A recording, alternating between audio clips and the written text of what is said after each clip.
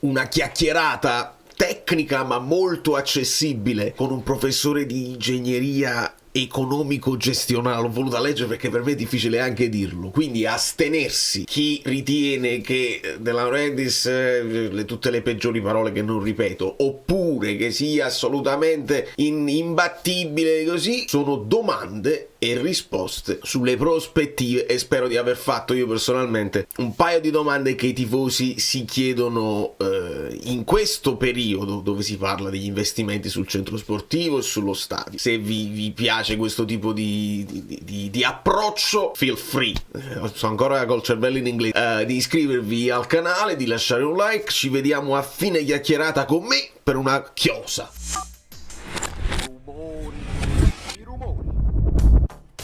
Buonasera a tutti, momento per noi abbastanza speciale di approfondimento con il professor Pizzurno, che ringrazio sentitamente di aver accettato il nostro invito. Noi abbiamo contattato il professore perché ci ha colpito un suo articolo su lavoce.info. Il titolo dell'articolo era "Nel calcio del sud a qualcuno tornano i conti". Il professore Pizzurno è professore di ingegneria economico-gestionale presso la scuola di ingegneria industriale della LU Ciliuc Università Cattaneo. È stato avuto esperienza come visiting professor presso l'Università North Academy di Amburgo, Harvard Business School, quindi si occupa di insomma, al Dipartimento di Ingegneria Gestionale Politecnico di Milano e Bologna, la Business School, si occupa appunto di formazione manageriale e advisory verso aziende e istituti primari bancari,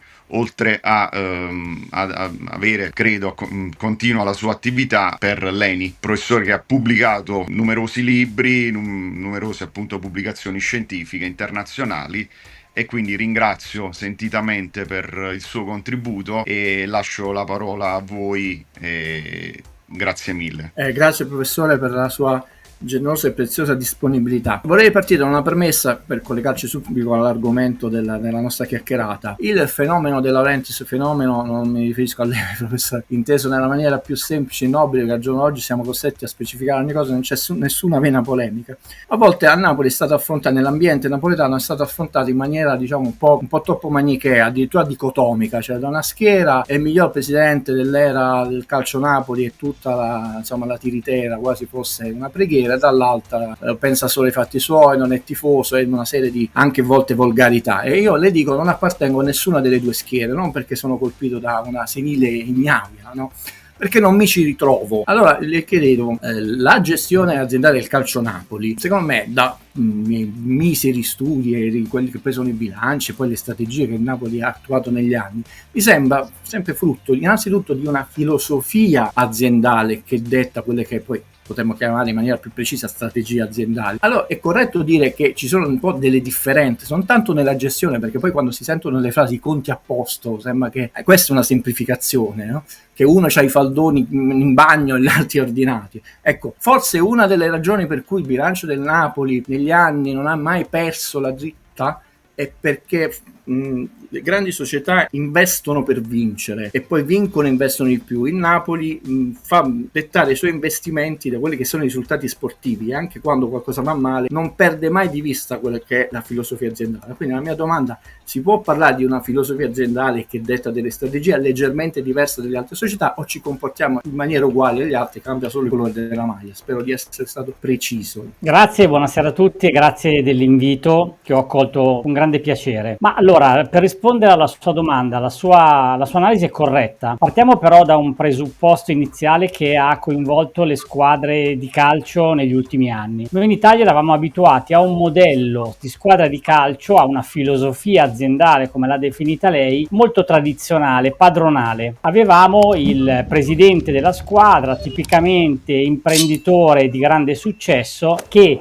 aveva questo divertissement, questo piacere nel finanziare una squadra di calcio e quindi acquistare calciatori di valore, vedere questa squadra vincere, trionfare nelle varie competizioni nazionali e internazionali. Ecco, questo modello che ha spinto il calcio italiano per tanti anni ormai è arrivato al capolinea. È stato sostituito integralmente da un modello che hanno iniziato a sviluppare le società inglesi, molto più manageriale. Quindi la società di calcio viene a tutti gli effetti trattata come una qualunque azienda, riconoscendone le sue peculiarità, ma gestendola in maniera assolutamente molto oculata. Quindi è vero che ci può essere questa grande attenzione verso la gestione aziendale, è anche vero che è un modello di gestione delle società di calcio che si sta sempre più diffondendo e che sarà il modello di riferimento per i prossimi anni. Anzi, le dico di più, tanto più le squadre di calcio riusciranno ad adottare un modello manageriale, tanto più saranno in grado di far fronte a tutte le sfide di natura organizzativa, investimenti, eccetera, eccetera, che dovranno affrontare nei prossimi anni. Quindi questo aspetto è un aspetto da cogliere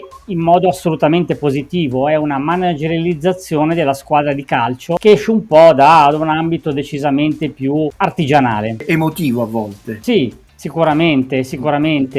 Tanto più è coinvolto il presidente emotivamente in questa gestione, tanto più tende un po' ad echeggiare dei modelli ormai superati. La piazza ovviamente questo lo segue. Questo è come, per fare un esempio per chi ci ascolta, il modello Moratti, possiamo chiamarlo così, nel senso un imprenditore che è innamorato della sua squadra del cuore, che ha investito quasi a perdere per molti anni nella squadra, giusto? Sì, è corretto, il suo è un ottimo esempio, ce ne possono essere tanti altri. Poi le cronache economiche ci dicono che spesso e volentieri anche i presidenti che comunque hanno investito in modo apparentemente poco oculato poi hanno avuto dei ritorni economici in altri settori, perché comunque guadagnavano un'immagine, guadagnavano una notorietà. Ricordo l'ex presidente dell'Inter Ernesto Pellegrini, il quale investì per tanti anni in maniera importante nella squadra, anche in quel caso apparentemente senza ritorni economici. In realtà poi lui dichiarò che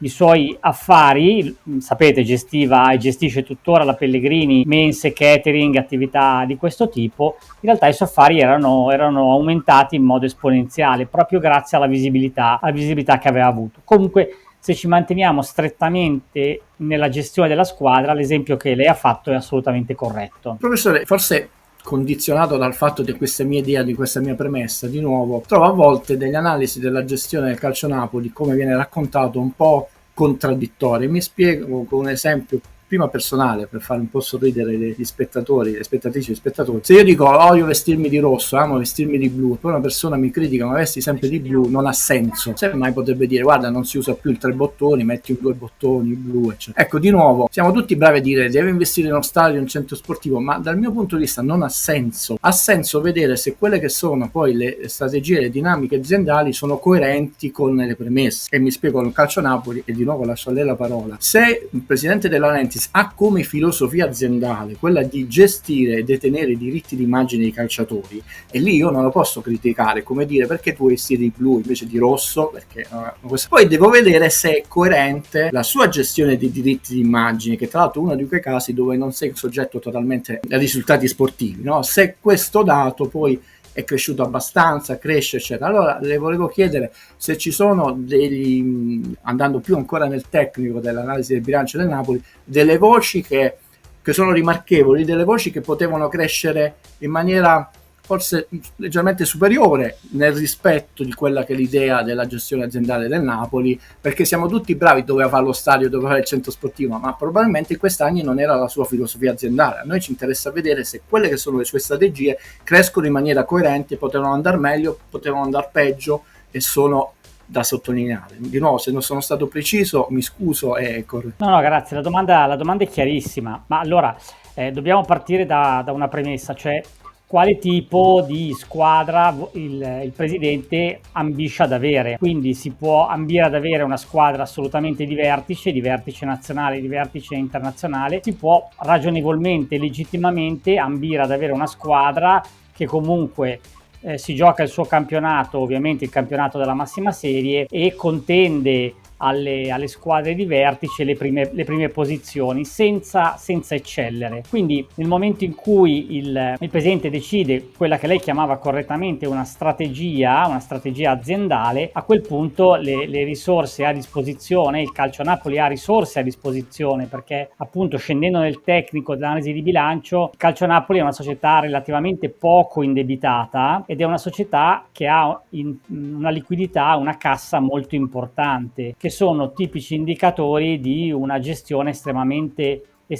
oculata. Quindi le possibilità di investire ci sono, quale sia la direzione che questi investimenti devono prendere. Lei parlava dello stadio e del centro sportivo, si potrebbero acquistare le prestazioni, i diritti, i cartellini di calciatori di prima fascia, si potrebbe investire nel vivaio, nei giovani, in una seconda squadra, la squadra B, che ormai molti club hanno. Queste sono evidentemente delle gestioni, delle scelte di natura gestionale strategica. E quindi qua è la dirigenza che deve dare un'impronta relativamente agli obiettivi che intende raggiungere. Spazi di crescita nel fatturato del Napoli ce ne sono, sì. Il fatturato del Napoli è un fatturato non completamente trasparente, nel senso che quando abbiamo scaricato i bilanci delle 3 società, Napoli, Roma e Lecce, che abbiamo analizzato, abbiamo trovato che il Napoli Calcio non pubblica sul proprio sito il bilancio. Spero che nel frattempo l'abbia fatto, ma qualche tempo fa non lo faceva, quindi abbiamo dovuto scaricare il bilancio da una banca dati chiamata AIDA, che è una banca dati nazionale dalla quale si possono scaricare i bilanci di tutte le società italiane. Qual è lo svantaggio della banca dati? È che ha un bilancio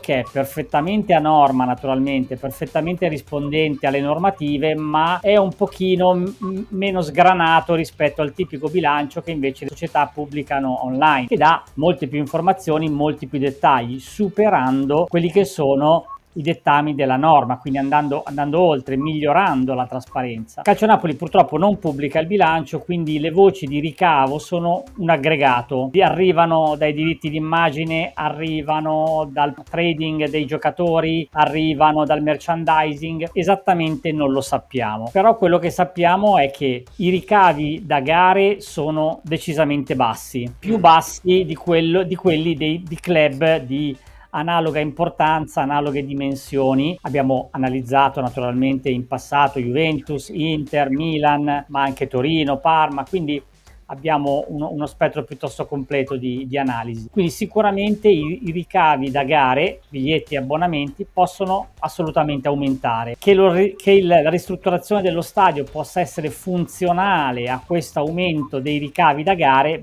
è qualcosa che tipicamente avviene in altri campionati, laddove lo stadio non è più un luogo di aggregazione solo per la partita, ma diventa un luogo di aggregazione per l'intera città. La comunità può utilizzare lo stadio in tantissime diverse occasioni, che possono essere eventi, che possono essere momenti di tempo libero, di shopping, che vanno ben oltre la partita. Quindi sicuramente questo è un ambito che in Italia è ancora piuttosto poco esplorato, se escludiamo lo Juventus Stadium. A parte quello non abbiamo grandi esempi. Ecco, lì sicuramente ci sono spazi di miglioramento e quindi di aumento del fatturato. Grazie professore. Lei ha toccato con garbo e semplicità alcuni nervi scoperti, come la premessa iniziale.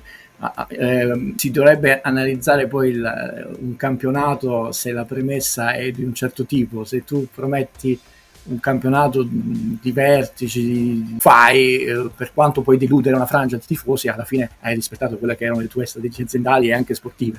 Ma diciamo, lo dico col sorriso, il problema è sempre come a volte viene raccontato il calcio. Professore, lei parlava ovviamente dei ricavi da gara più bassi di alcune squadre.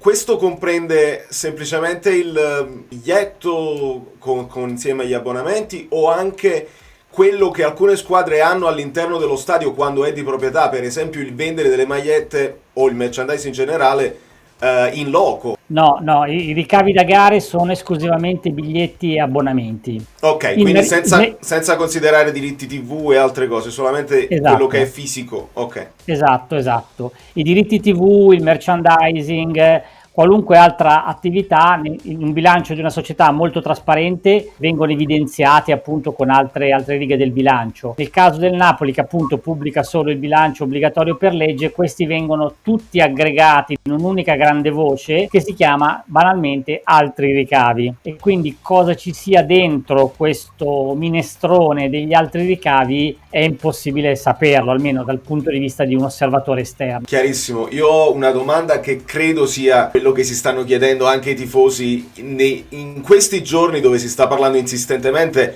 della ricerca, come se lo stessimo cercando il centro sportivo o la costruzione di un nuovo stadio. Ha il Napoli la possibilità di sostenere comunque un mercato importante a livello proprio di player trading, cioè di giocatori che devono arrivare, se decide di investire in un centro sportivo o in uno stadio? Ma direi di sì. I numeri del bilancio danno una risposta positiva. Teniamo conto che, tanto per fare qualche cifra, non sono ancora circolate, almeno per la mia migliore conoscenza, delle cifre rispetto allo stadio di Napoli. Io ho notizie circa la ristrutturazione, che di fatto è una nuova costruzione dello stadio di San Siro, e si parla di circa 1 miliardo di euro, quindi teniamoci in quest'ordine di grandezza. Se così fosse, parliamo di una cifra ovviamente estremamente importante per una società.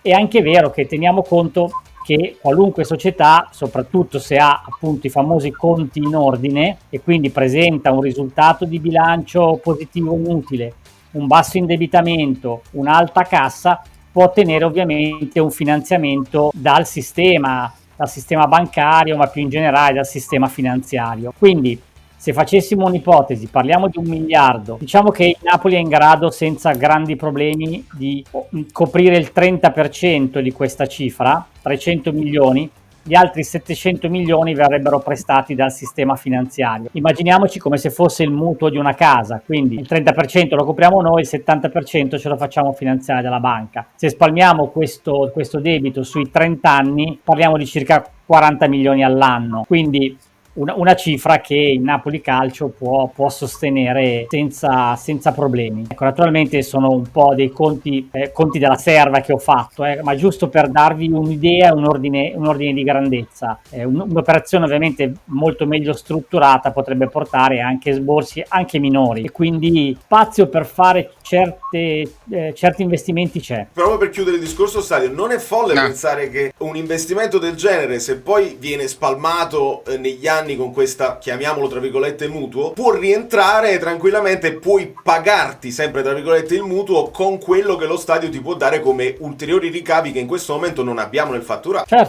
Certo, è proprio la logica dell'investimento. La logica dell'investimento è appunto quello di allocare risorse ad un certo progetto affinché queste risorse generino frutti che possono poi essere colti. Mi permetto, professore, mi rendo conto che ha dovuto semplificare, non per semplificazione, eccetera, però intanto ha dato dei parametri su questa famosa questione che viene affrontata in maniera assurda dello stadio, no? Gli mette lui i soldi. Intanto c'è un paragone con uno stadio che dovrebbe essere quello di eccellenza in Italia, il nuovo San Siro, quindi non ci prendiamo come esempio l'ultimo stadio, parliamo di cifre che possono essere viste a ribasso, a rialzo, ma intanto parliamo di qualcosa di attendibile, e soprattutto il professore ci fa notare perché poi da un punto di vista finanziario il sistema ti crede credibile, scusate la ripetizione della parola, no? Perché hai 20 anni di gestione in un certo modo e ovviamente tu non lo ripaghi in un anno, quindi è un esempio che per il professore per brevità ha dovuto fare, però intanto abbiamo finalmente qualche parametro, ho detto c'è l'idea che il Napoli potrebbe finanziarlo, poi potrebbe essere il 40% per costare, vede 750 milioni, dico qualcuno che verrebbe nel canale a obiettare qualcosa, però incominciamo a mettere qualche concetto un po' più realistico, è ovviamente una sorta come di mutuo, l'ha fatto anche Real Madrid, non c'è nulla da dire, è anche arrivato a quasi 2 miliardi di investimento per il nuovo Bernabéu, era partito da 400 per dare i numeri veri, 400, 500, 1,2. Io le volevo chiedere, se è possibile, questa ulteriore cosa, è libero di non rispondermi. Quest'inverno i Los Angeles Lakers hanno effettuato una trade clamorosa, non le voglio raccontare il fatto di chi sia un tifoso eccetera, ma ci giunge come esempio particolarmente utile come parallelismo al calcio. È passato Luka Doncic ai Lakers, ma i Lakers hanno dovuto dare la loro seconda stella, cioè Anthony Davis, altri 2 giocatori, anche una scelta al primo draft. Perché le dico questo? Perché io come umile tifoso, molti altri tifosi, gli addetti ai lavori, giornalisti, ex giocatori, nessuno di noi ha pensato, penserebbe o si è fatto il sogno, però peccato se ci fossimo tenuti entro di lei, perché non funziona così il sistema. Infatti non hai squadre che si possono indebitare oltre misura, lì salary cap, concetto complicatissimo che non spieghiamo, che a volte nelle trasmissioni viene affrontato in una maniera oscena. Nel calcio questo non avviene. E allora le chiedo, professore, com'è possibile che questo sistema in Italia per tanti anni consecutivi abbia gestito le società in questo modo, possiamo dire un po' allegro? È come se la Apple, la Microsoft, non so, l'Intel, cioè società, sono le tre società leader, fossero tutte fortemente indebitate, la Linux no, è la punta di, lo so, ma è la più piccola. Cioè noi abbiamo avuto un sistema che per tanti anni è stato un po', per me forse superficiale, se sbaglio mi corregga. Quanto tempo può reggere questo sistema? La seconda domanda, se giusta la premessa, e se forse questo tipo di gestione può aver contribuito a una mancata crescita, non parlo del Napoli, del sistema calcio Italia. Se ho detto una sciocchezza, di nuovo mi corregga, se diciamo la premessa può essere utile, a lei di nuovo la parola. Grazie. Sì, torno al punto precedente, ho usato l'esempio di San Siro perché appunto, come giustamente lei sottolineava, dovrebbe essere uno stadio di un certo tipo, di un certo livello, ma credo che anche una piazza come Napoli meriti altrettanto. Ci sono tutte le premesse perché abbia uno stadio di quel livello, dello stesso livello. Allora, le sue premesse sono corrette, quindi le società italiane hanno lavorato per tantissimo tempo, dicevamo, col padrone, col patron, e con un livello di indebitamento assolutamente molto molto elevato, e il sistema calcio, il sistema paese forse ancora più in generale le ha supportate. La ragione è molto semplice, perché ovviamente il calcio muove grandi masse di appassionati, muove grandi interessi, e quindi il sistema ha preferito preservare questi interessi, preservare quello che poi diventerà anche inevitabilmente un voto, piuttosto che smontare completamente questo come dire grande spettacolo, ma ahimè malato alle radici. Il calcio italiano ha sofferto questa malattia, ha sofferto perché passati gli anni di grande gloria poi i risultati sportivi non ci hanno dato ragione. Il campionato italiano è via via scivolato dall'essere il primo campionato d'Europa negli anni 80 a diventare il secondo, il terzo, il quarto. La Premier League si è presa una posizione di preeminenza sicuramente assoluta, ma è anche la prima che si è mossa nel gestire in maniera manageriale i club, puntare moltissimo sugli stadi, sui diritti televisivi, sull'internazionalizzazione. Se lei va in qualunque paese del mondo ed entra in un locale, in un bar, questi stanno guardando, in Indonesia, in Africa, stanno guardando la Premier League. Quindi è un campionato che ha saputo per primo muoversi verso questi nuovi livelli. La Liga spagnola ha seguito, l'Italia ha un po' arrancato, e quindi tutto il sistema è rimasto legato al mondo degli imprenditori di grande successo che finanziavano un po' a perdere le squadre, ha tardato nel managerializzarsi, ha lavorato con livelli di debito sempre piuttosto elevati, sistema debole, risultati inevitabilmente scadenti, salvo ovviamente qualche fiammata, perché come diceva qualcuno il pallone è rotondo, quindi ci possono essere comunque delle annate esploit nelle quali una serie di ingranaggi un po' miracolosamente vanno tutti al loro posto, conquisto il trofeo continentale, conquisto trofei internazionali, dopodiché però se guardo una serie storica di 10-15 anni, a quel punto l'eventuale errore, chiamiamolo così, della vittoria viene ovviamente poi livellato con annate decisamente meno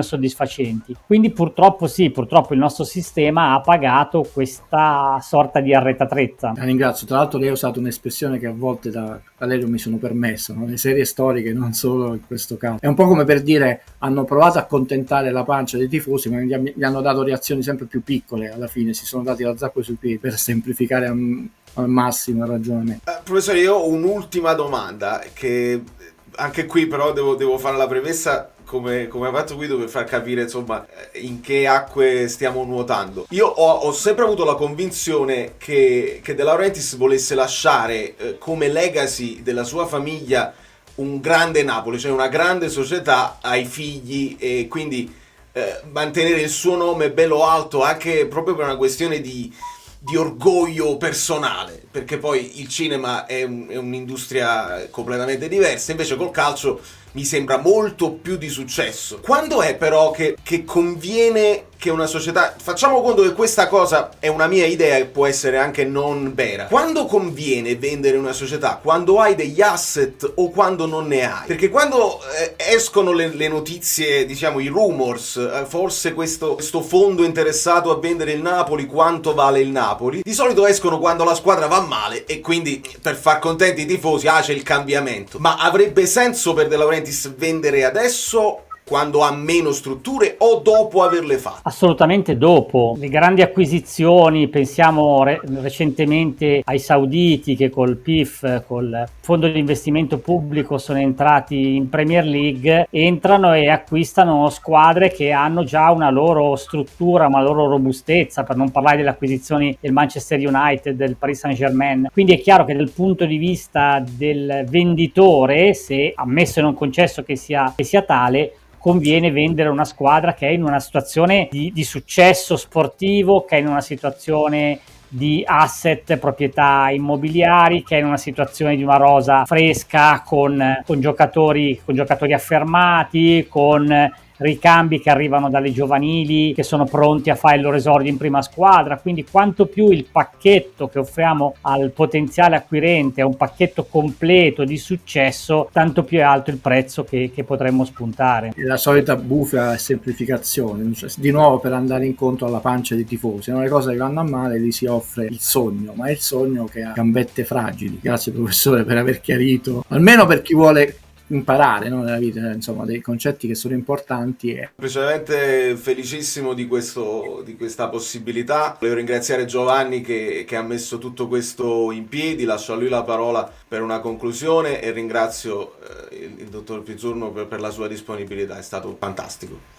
Perfetto. Grazie professore anche da parte mia. È stato un piacere. E niente, io rinnovo di nuovo i ringraziamenti, la leggeremo più spesso sicuramente e magari insomma in futuro la disturberemo qualora lei insomma in linea con i suoi impegni cerchiamo di capirne qualcosa in più. Perché è chiaro, come ha detto lei, è evidente che poi insomma il sunto sta nel fatto che bisogna lavorare in una società e in un, diciamo, consiglio di amministrazione, capire delle strategie sia dal punto di vista economico sia dal punto di vista finanziario. Ovviamente nel caso del calcio poi bisogna avere quell'expertise tecnica che può dare quel quid in più e capire cosa si sta facendo, e quindi noi questo non lo possiamo fare e quindi ci viene difficile da esterni andare a come dice il mio amico Valerio, ad unire i puntini. Però è chiaro che da tifoso potrei dirle aspettiamo, perché sembra tutto abbastanza lineare, c'è una possibilità di vedere qualcosa in più rispetto a quello che magari abbiamo visto fino adesso, che va benissimo uguale. Noi siamo più tifosi di appartenenza, come si suol dire, piuttosto che, però in un contesto storico soprattutto italiano, come giustamente sottolineava Guido, dove c'è stata forse probabilmente la necessità di fare un tabula rasa, un cambio di gestione completamente diverso a quello che c'era 20, 30, 40 anni fa, e quindi in base sulla base di questo magari ecco qualcuno di noi si aspetta qualche vittoria in più e qualche successo in più, però va bene. Aspetteremo allora, professore, a quanto pare. I presupposti per fare bene ci sono tutti. La squadra è già largamente competitiva, la società è ben patrimonializzata, poco indebitata, ha un livello di ricavi superiore al livello di costi, quindi ci sono davvero tutte le premesse per fare ancora meglio. Voglio ringraziare il dottor Pizzurno ancora per la sua disponibilità, Giovanni e Guido, e invito insomma gli amici bellini che seguono il canale a commentare e a partecipare alla discussione anche nei commenti, perché abbiamo secondo me alzato il livello. Qua è difficile andare più in alto di così. Grazie mille. Grazie, arrivederci. Grazie professore. Molto interessante, onestamente, molto bello. capire qualcosa in più di quello che si può fare e di quello che si poteva fare o quello che si potrà fare in futuro. Poi noi ci vediamo domani, perché pare che domani ci sia conferenza, quindi questo video è senza tempo, ma siamo sempre all'interno del periodo che sappiamo. Da New York, Valerio Fluido è tutto. Se avete dei like finali è il momento di lasciarli.